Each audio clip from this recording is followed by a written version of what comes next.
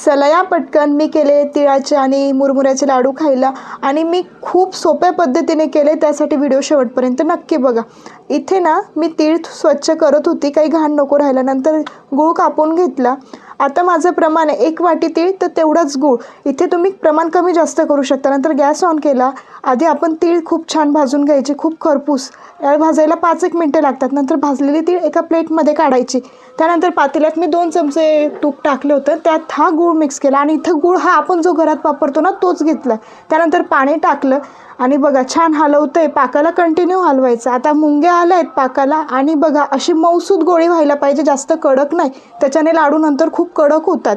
हे लाडू लहान मुलंही खाऊ शकतात ह्या पाकाचे। नंतर त्या पाकामध्ये मी लगेचच तीळ टाकली, थोडे शेंगदाणे टाकले, हे ऑप्शनल आहे। त्यानंतर ते छान मिक्स केलं।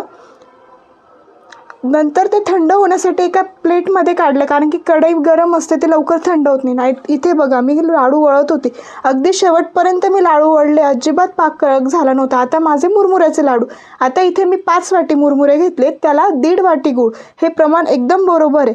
त्यामध्ये पातेल्यात मी पहिले गूळ टाकला, त्यात 2 चमचे तूप टाकलं वितळायला आणि नंतर ते कंटिन्यू हलवलं। इथे पाक करायची गरज नसते, गूळ वितळला की त्यात लगेच मुरमुरे टाकायचे आणि छान हलवायचे आणि पाण्याचा हात लावून तिथेच गॅसवर लगेच लाडू बांधून घ्यायचे। आता माझे एवढ्या मिश्रणात 15-20 लाडू तयार झाले। आता तुम्ही जर हे वाढवलं तर तुमचे अजून जास्त लाडू होतील। आजसाठी एवढंच, भेटूया आपण पुढच्या ब्लॉगमध्ये। Bye bye.